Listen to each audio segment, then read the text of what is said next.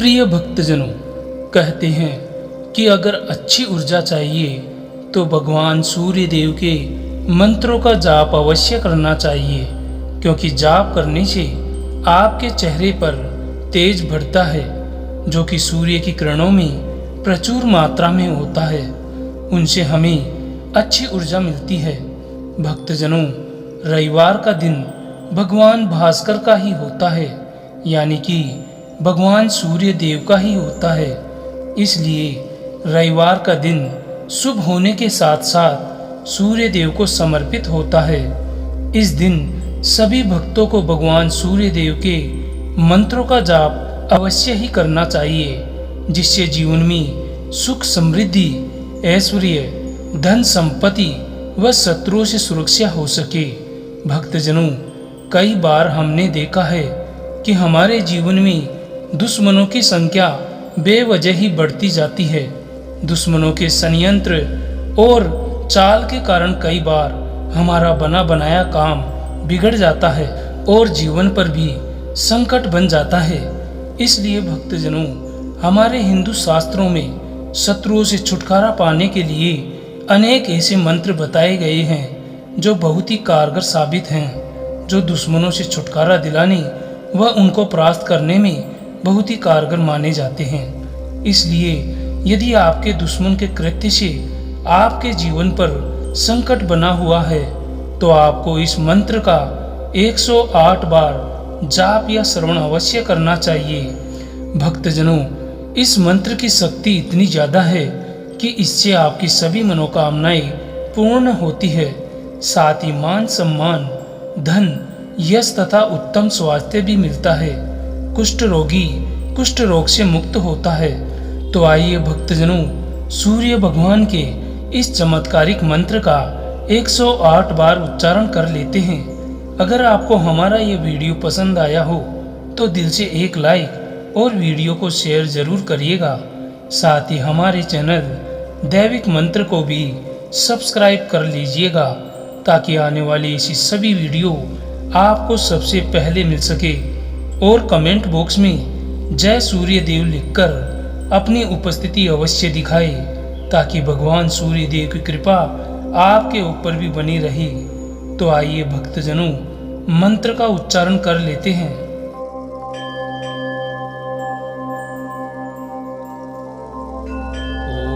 ओम तमो घनाय हिमघनाय शत्रुघ्नाय मित्रात्मने कृतिघ्नघनाय देवाय ज्योतिषांपते नमः। ॐ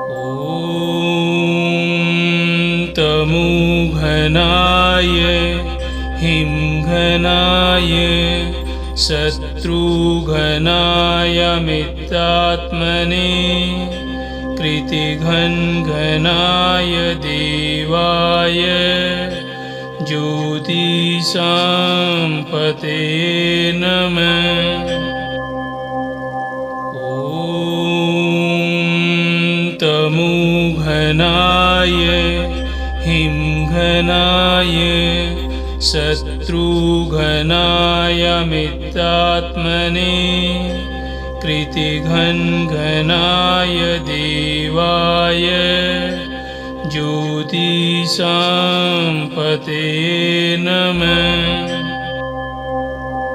ॐ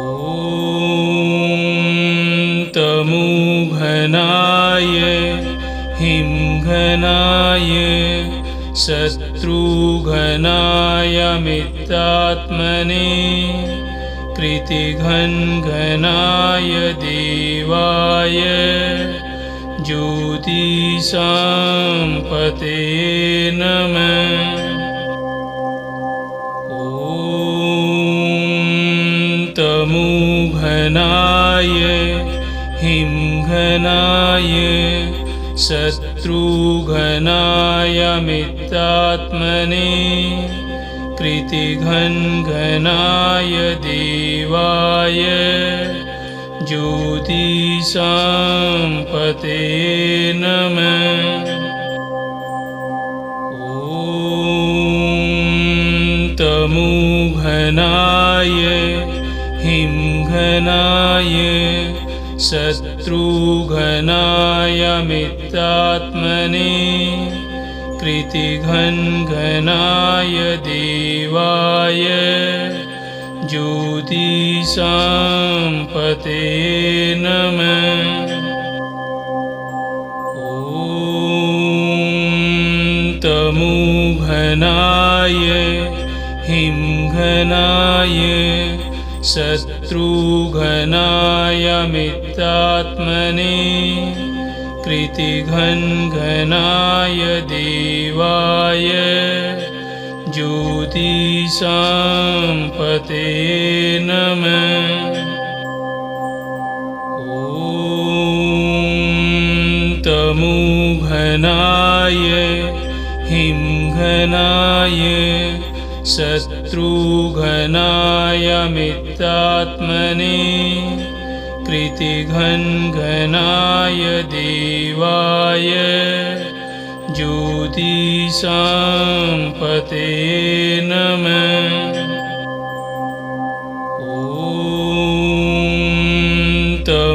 तमोघनाय हिमघनाय शत्रुघनाय मित्रात्मने कृतिघनघनाय देवाय ज्योतिषांपते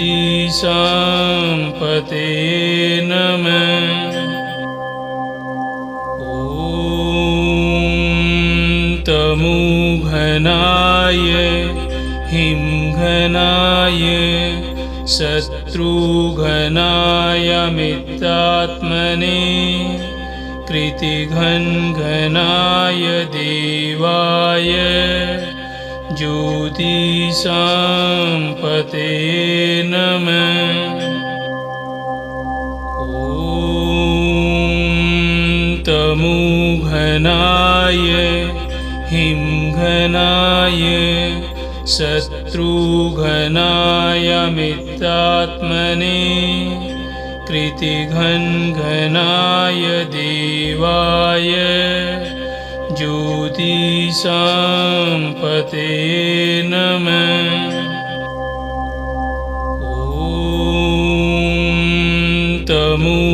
तमोघनाय हिमघनाय शत्रुघनाय मित्रात्मने कृतिघनघनाय देवाय ज्योतिषांपते नमः।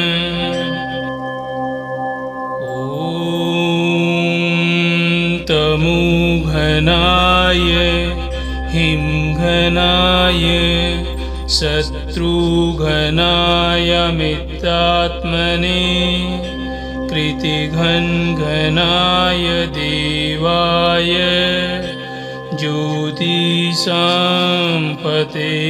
नमः। तमोघनाय हिमघनाय शत्रुघनाय मित्रात्मने कृतिघनघनाय देवाय ज्योतिषांपते नमः। तमोघनाय हिमघनाय शत्रुघनाय मित्रात्मने कृतिघनघनाय देवाय ज्योतिषांपते नमः।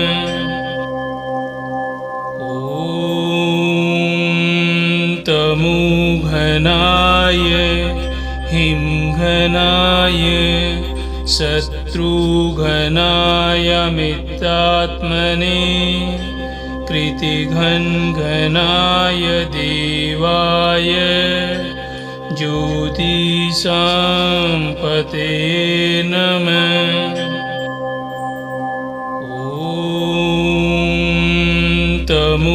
घनाय हिमघनाय शत्रुघनाय मित्रात्मने कृतिघनघनाय देवाय ज्योतिषांपते नमः। तमोघनाय हिमघनाय शत्रुघनाय मित्रात्मने कृतिघनघनाय देवाय ज्योतिषांपते नमः।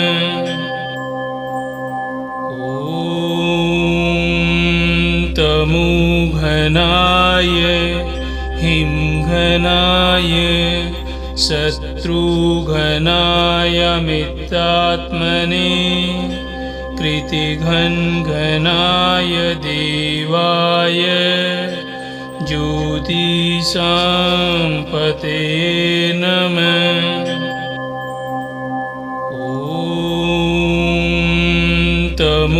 तमोघनाय हिमघनाय शत्रुघनाय मित्रात्मने कृतिघनघनाय देवाय ज्योतिषांपते नमः।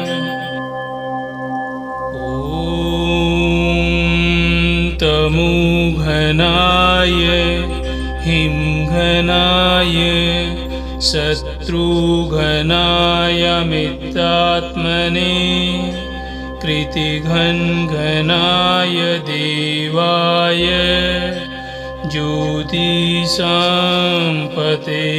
नमः।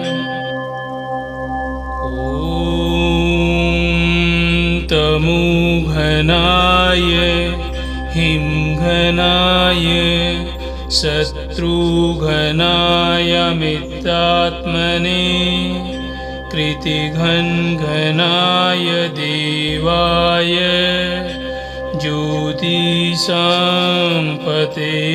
नमः।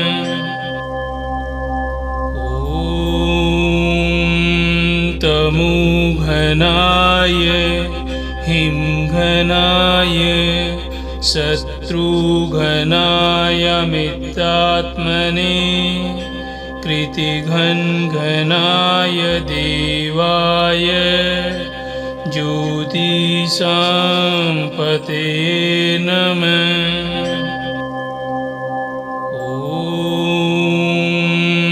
तमोघनाय हिमघनाय शत्रुघनाय मित्रात्मने कृतिघनघनाय देवाय ज्योतिषांपते नमः। तमोघनाय हिमघनाय शत्रुघनाय मित्रात्मने कृतिघनघनाय देवाय ज्योतिषांपते नमः। तमोघनाय हिमघनाय शत्रुघनाय मित्रात्मने कृतिघनघनाय देवाय ज्योतिषांपते नमः।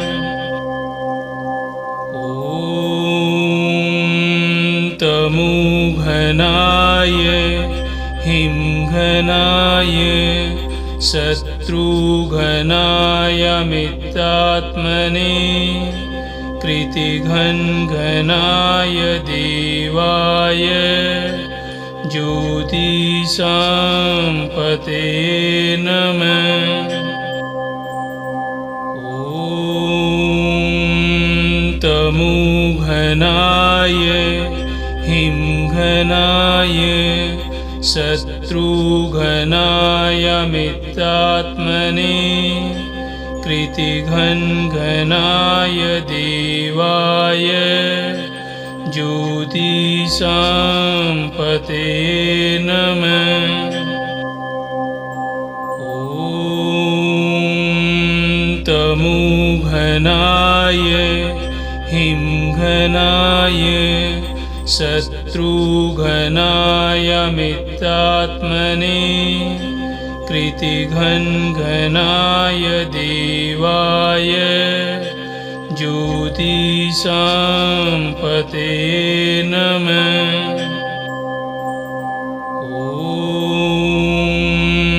तमोघ्नाय हिमघ्नाय शत्रुघ्नाय मित्रात्मने कृतिघ्नाय देवाय ज्योतिषांपते नमः।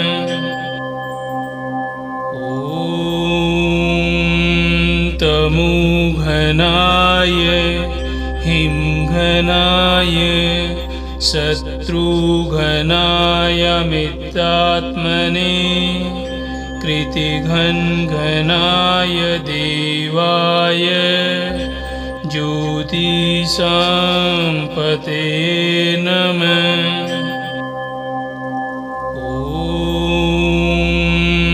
तमोघ्नाय हिमघ्नाय शत्रुघ्नाय मित्रात्मने कृतिघ्नाय देवाय ज्योतिषांपते नमः। तमोघ्नाय हिमघ्नाय शत्रुघ्नाय मित्रात्मने कृतिघ्नाय देवाय ज्योतिषांपते नमः।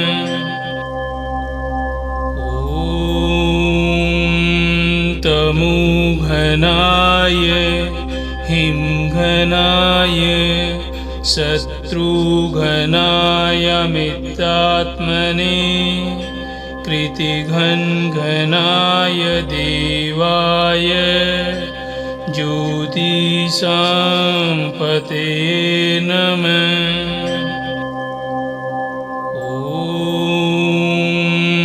तमोघ्नाय हिमघ्नाय शत्रुघ्नाय मित्रात्मने कृतिघ्नाय देवाय ज्योतिषांपते नमः।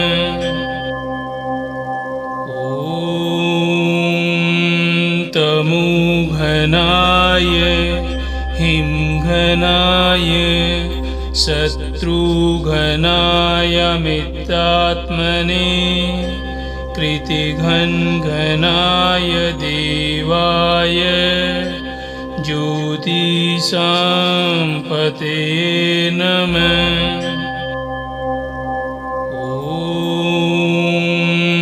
तमोघ्नाय हिमघ्नाय शत्रुघ्नाय मित्रात्मने कृतिघ्नाय देवाय ज्योतिषांपते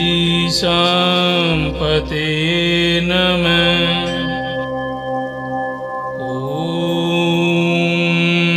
तमोघ्नाय हिमघ्नाय शत्रुघ्नाय मित्रात्मने कृतिघ्नाय देवाय ज्योतिषांपते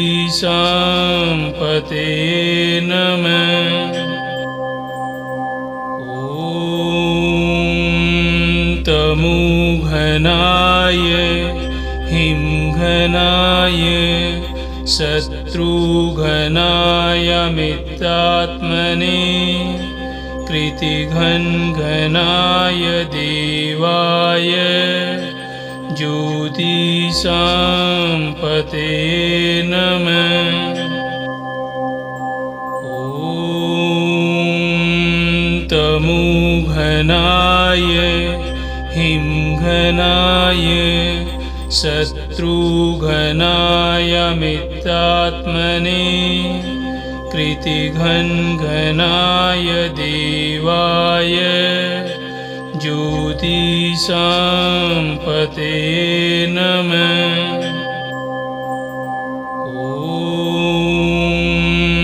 तमोघ्नाय हिमघ्नाय शत्रुघ्नाय मित्रात्मने कृतिघ्नाय देवाय ज्योतिषांपते नमः।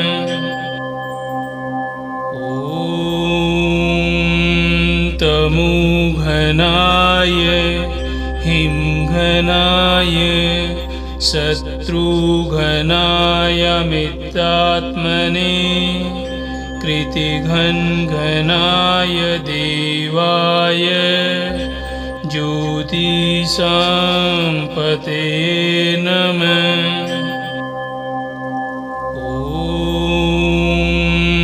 तमोघ्नाय हिमघ्नाय शत्रुघ्नाय मित्रात्मने कृतिघ्नाय देवाय ज्योतिषांपते नमः। तमोघ्नाय हिमघ्नाय शत्रुघ्नाय मित्रात्मने कृतिघ्नाय देवाय ज्योतिषांपते नमः।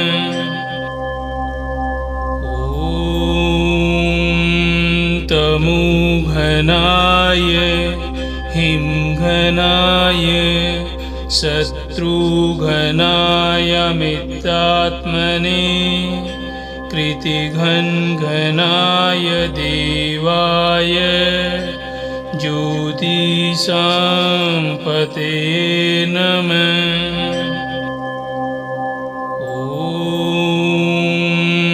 तमोघ्नाय हिमघ्नाय शत्रुघ्नाय मित्रात्मने कृतिघ्नाय देवाय ज्योतिषांपते नमः।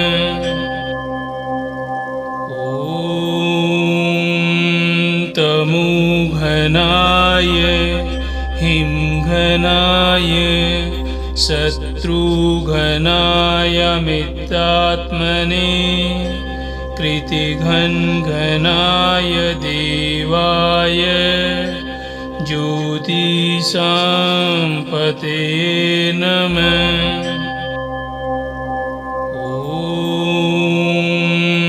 तमोघ्नाय हिमघ्नाय शत्रुघ्नाय मित्रात्मने कृतिघ्नाय देवाय ज्योतिषांपते नमः।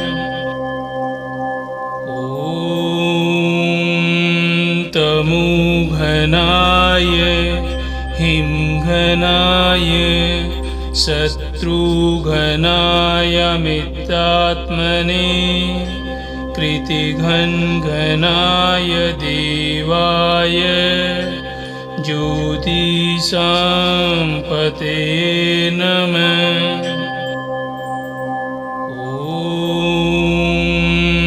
तमोघ्नाय हिमघ्नाय शत्रुघ्नाय मित्रात्मने कृतिघ्नाय देवाय ज्योतिषांपते नमः।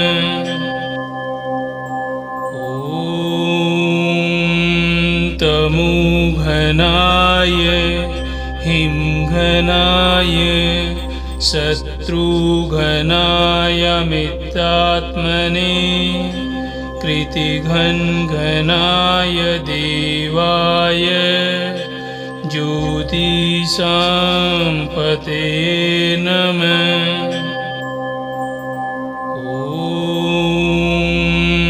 तमोघ्नाय हिमघ्नाय शत्रुघ्नाय मित्रात्मने कृतिघ्नाय देवाय ज्योतिषांपते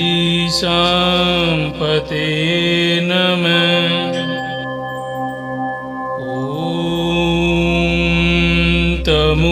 तमोघ्नाय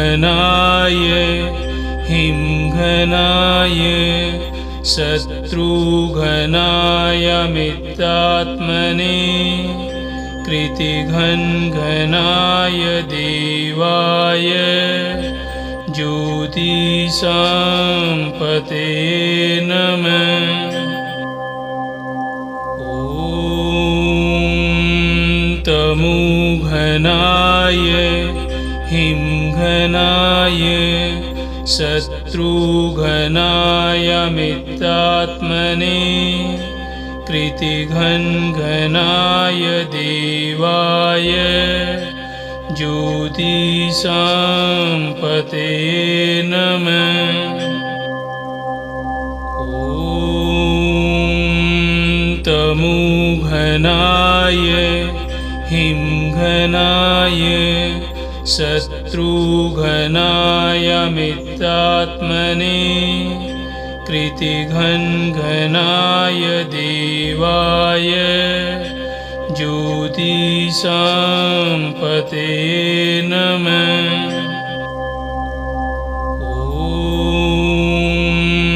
तमोघ्नाय हिमघ्नाय शत्रुघ्नाय मित्रात्मने कृतिघ्नाय देवाय ज्योतिषांपते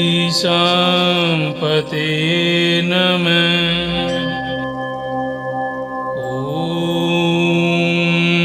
तमोघ्नाय हिमघ्नाय शत्रुघ्नाय मित्रात्मने कृतिघ्नाय देवाय ज्योतिषांपते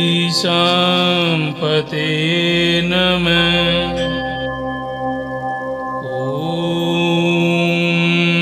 तमोघ्नाय हिमघ्नाय शत्रुघ्नाय मित्रात्मने कृतिघ्नाय देवाय ज्योतिषांपते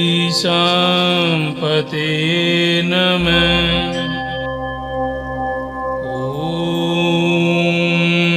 तमोघ्नाय हिमघ्नाय शत्रुघ्नाय मित्रात्मने कृतिघ्नाय देवाय ज्योतिषांपते नमः। तमोघ्नाय हिमघ्नाय शत्रुघ्नाय मित्रात्मने कृतिघ्नाय देवाय ज्योतिषांपते नमः।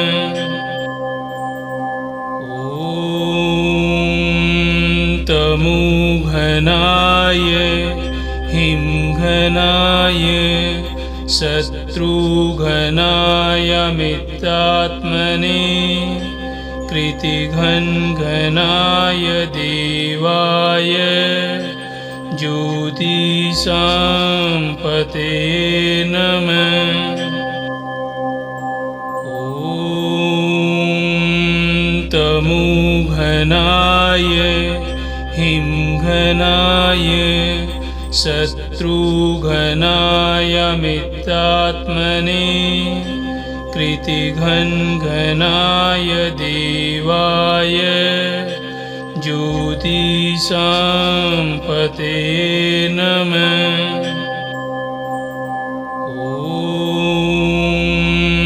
तमोघ्नाय हिमघ्नाय शत्रुघ्नाय मित्रात्मने कृतिघ्नघ्नाय देवाय ज्योतिषाम्पते नमः।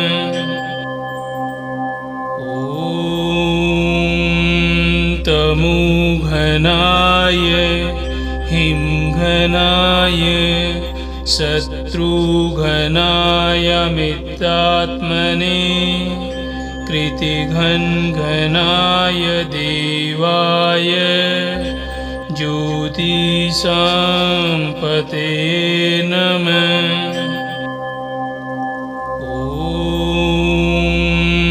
तमोघ्नाय हिमघ्नाय शत्रुघ्नाय मित्रात्मने कृतिघ्नघ्नाय देवाय ज्योतिषाम्पते नमः।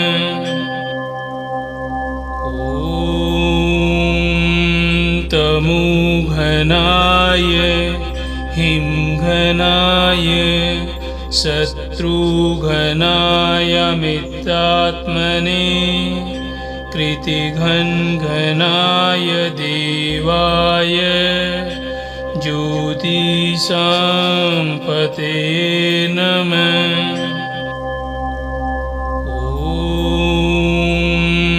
तमोघ्नाय हिमघ्नाय शत्रुघ्नाय मित्रात्मने कृतिघ्नघ्नाय देवाय ज्योतिषाम्पते नमः।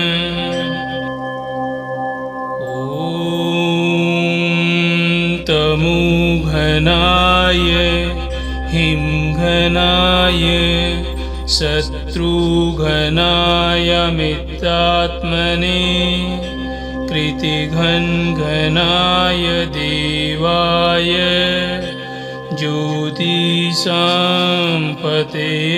नमः। तमोघ्नाय हिमघ्नाय शत्रुघ्नाय मित्रात्मने कृतिघ्नघ्नाय देवाय ज्योतिषाम्पते नमः। तमोघ्नाय हिमघ्नाय शत्रुघ्नाय मित्रात्मने कृतिघ्नघ्नाय देवाय ज्योतिषाम्पते नमः।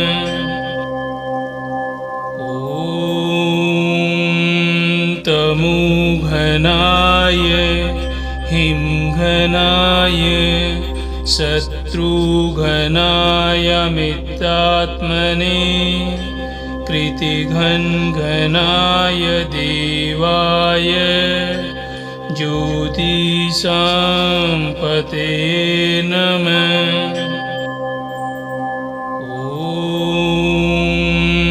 तमोघ्नाय हिमघ्नाय शत्रुघ्नाय मित्रात्मने कृतिघ्नघनाय देवाय ज्योतिषांपते नमः। तमोघनाय हिमघनाय शत्रुघनाय मित्रात्मने कृतिघ्नघनाय देवाय ज्योतिषांपते नमः।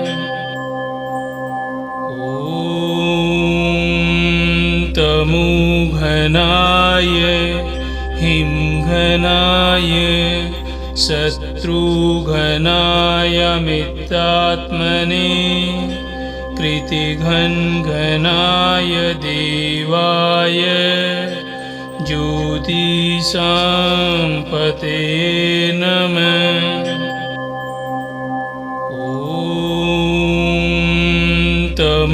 तमोघनाय हिमघनाय शत्रुघनाय मित्रात्मने कृतिघ्नघनाय देवाय ज्योतिषांपते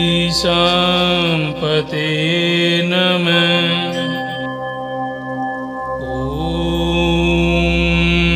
तमोघनाय हिमघनाय शत्रुघनाय मित्रात्मने कृतिघ्नघनाय देवाय ज्योतिषांपते नमः।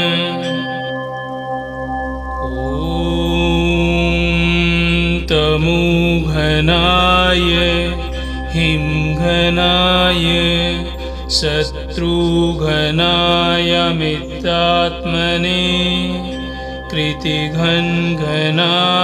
देवाय ज्योतिषांपते नमः।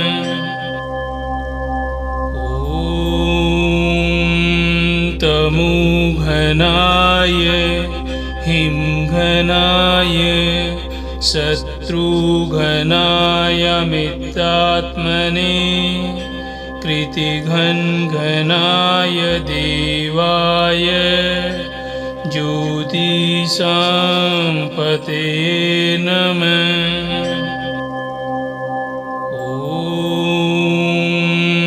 तमोघनाय हिमघनाय शत्रुघनाय मित्रात्मने कृतिघ्नघनाय देवाय ज्योतिषांपते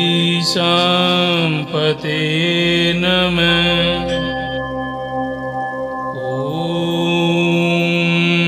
तमोघनाय हिमघनाय शत्रुघनाय मित्रात्मने कृतिघ्नघनाय देवाय ज्योतिषांपते नमः। तमोघनाय हिमघनाय शत्रुघनाय मित्रात्मने कृतिघ्नघनाय देवाय ज्योतिषांपते नमः।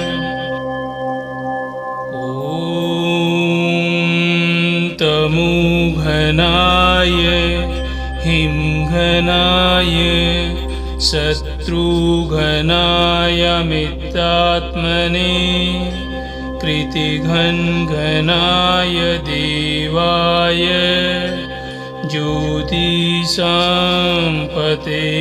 नमः। तमोघनाय हिमघनाय शत्रुघनाय मित्रात्मने कृतिघ्नघनाय देवाय ज्योतिषां नमः।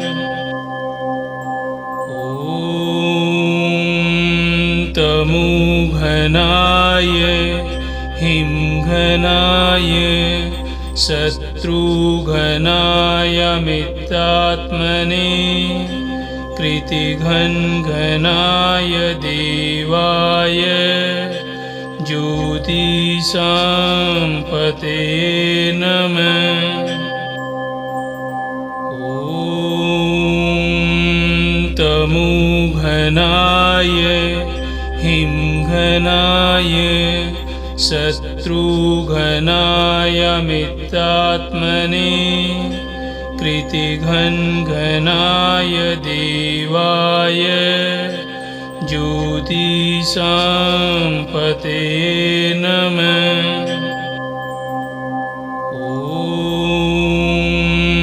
तमोघनाय हिमघनाय शत्रुघनाय मित्रात्मने कृतिघ्नघनाय देवाय ज्योतिषां नमः।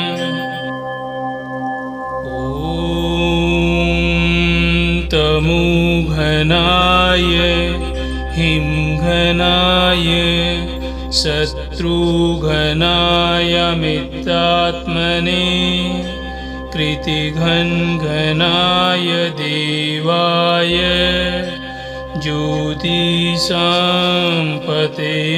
नमः।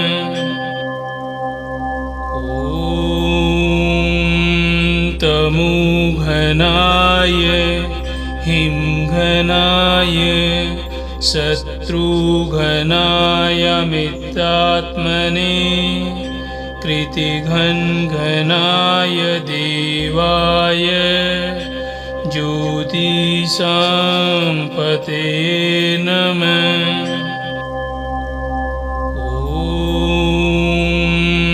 तमोघनाय हिमघनाय शत्रुघनाय मित्रात्मने कृतिघ्नघनाय देवाय ज्योतिषां नमः।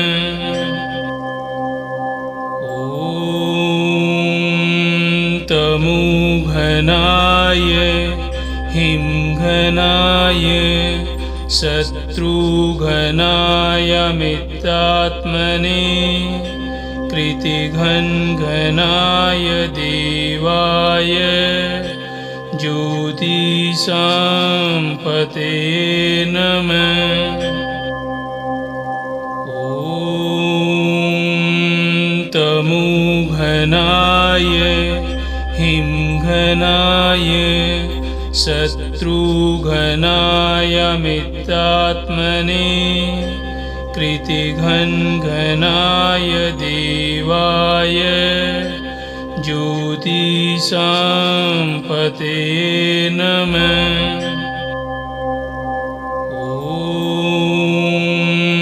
तमोघनाय हिमघनाय शत्रुघनाय मित्रात्मने कृतिघ्नघनाय देवाय ज्योतिषां नमः।